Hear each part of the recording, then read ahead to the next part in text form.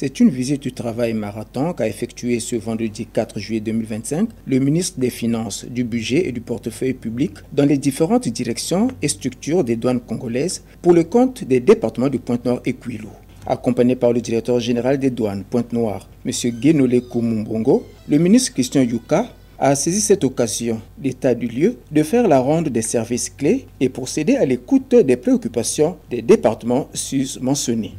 Un échange fructueux qui symbolise la volonté du ministre Christian Yuka de comprendre et apporter tant soit peu les solutions appropriées. Payer des salaires tous les mois relève d'une véritable acrobatie. C'est un vrai casse-tête. Faire face à nos obligations internationales tous les mois, c'est un vrai casse-tête.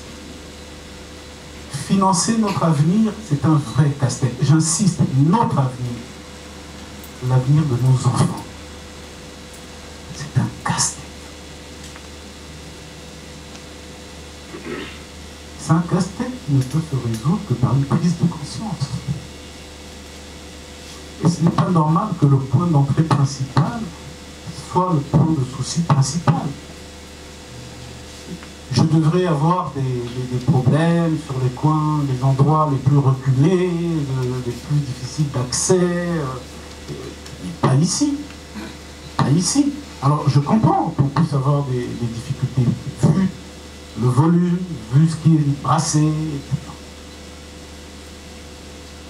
Pour moi, ce que je viens vous dire, c'est qu'il faut que collectivement on arrive à changer les choses. La réputation de la douane ne peut pas être celle-là.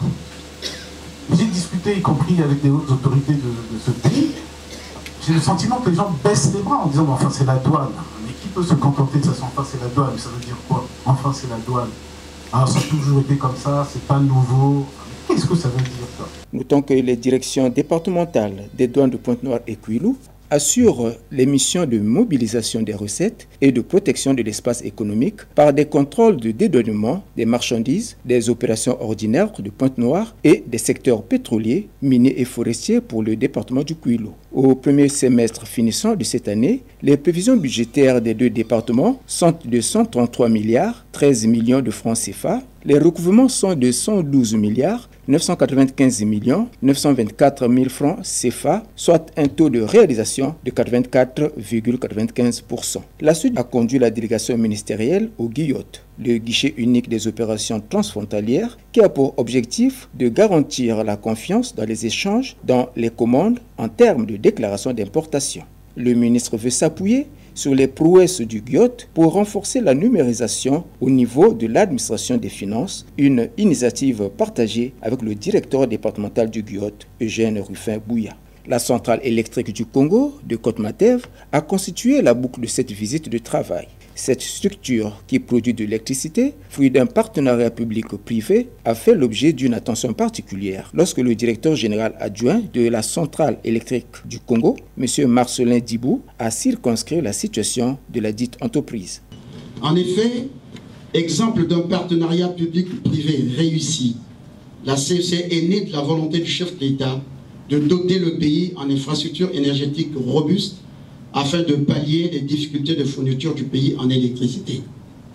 Depuis 2010, la centrale assure son rôle de producteur d'énergie électrique. Premier producteur d'énergie, la CEC fournit plus de 70% de l'électricité consommée dans le pays, ce qui en fait un outil hautement stratégique sur le plan social, politique et économique. Notre slogan, l'énergie essence du développement, témoigne de l'importance de notre contribution dans le développement du secteur.